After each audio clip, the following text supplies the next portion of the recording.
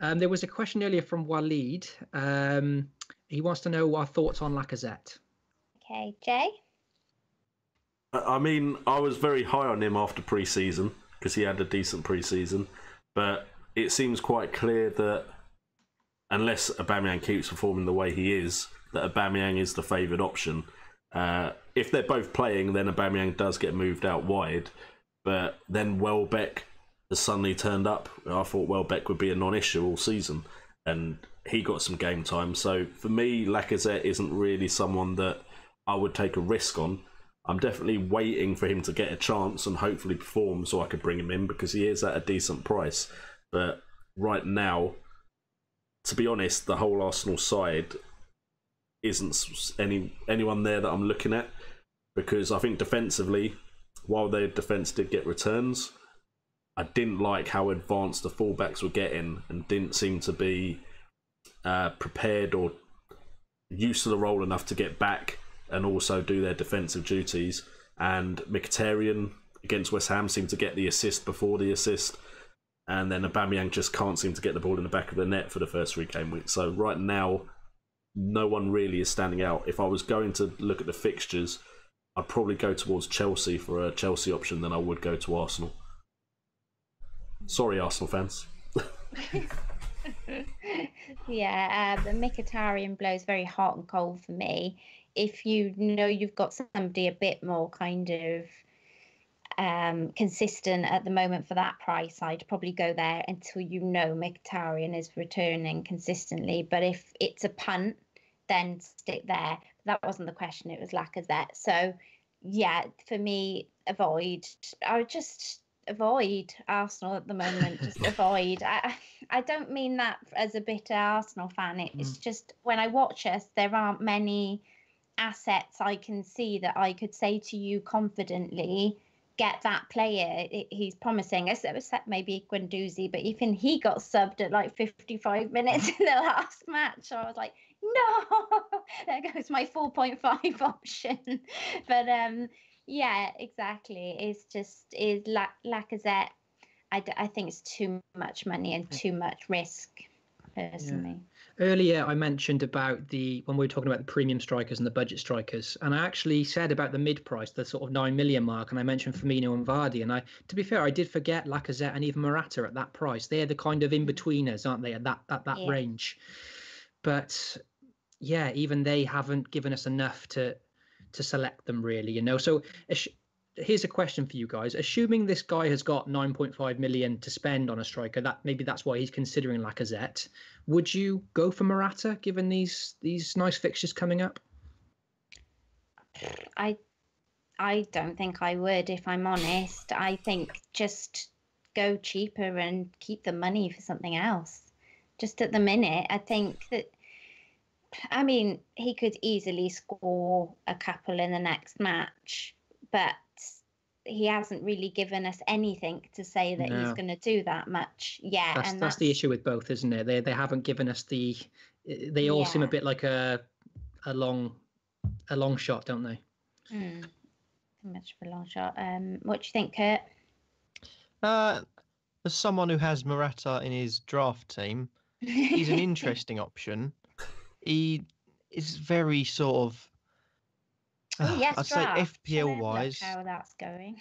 Don't look at draft. Don't look at draft. No, honestly, let's He not. was like, let's have a look at the draft, knowing full well she's about 500 points in front of everyone else. All because of Salah, and it was fixed that you got first pick. It's not because of Salah, it's because of Aguero, actually.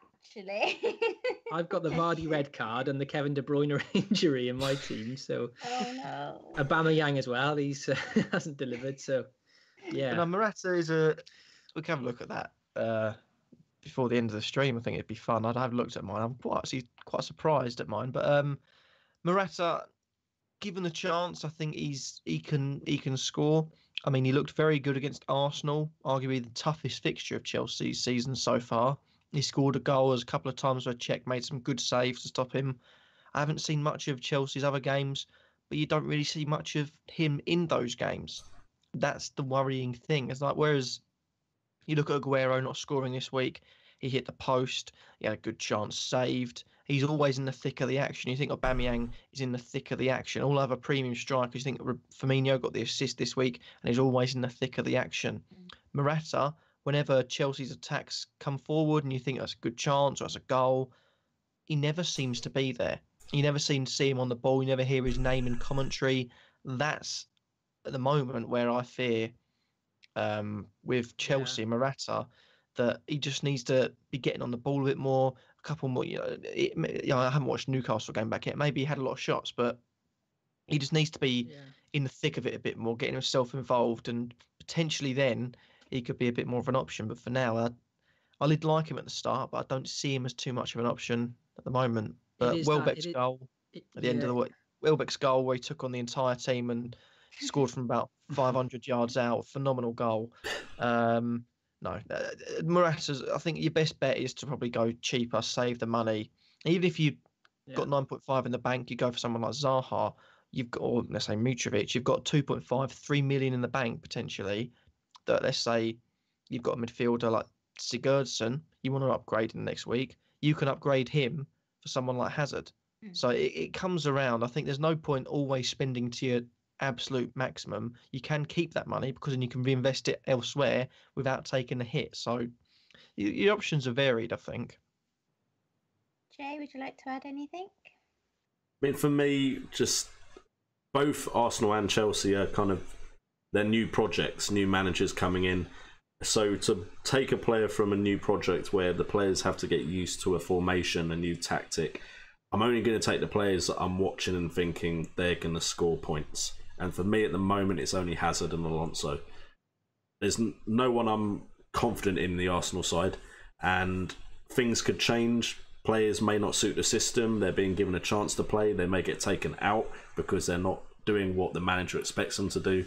So for me, I have to say Morata right now is someone I can't really look at. Even if the fixtures are good, there's just players in form, either playing for managers they've already played for, so know what to do, know what to expect from them, or players just in better form in the sides that are new projects for this season. So to me, none of the 9 million, 9.5 million strikers look worth it right now. Yeah, I'd have to agree on that. And just I forgot to reiterate before, I think that, Morata did get hooked off, I think, for Giroud around the 60, 70 minute mark. And there's always that worry, isn't there? That if he's got 60 minutes to perform and then he'll get subbed off if not, and it's never nice owning those kind of players where you think, well, he's only got 60 minutes to score. Otherwise, the other player's going to come on, So that's always a worry as well. And you could argue that with Lacazette because there are a lot of options and Emery is still experimenting with this team, So for that kind of money, neither of them are going to heavily punish us, in the next game. Even if they did start and bag 2 or 3 goals, they're not heavily owned anyway. So I think we can afford to wait and see with those ones. Yeah.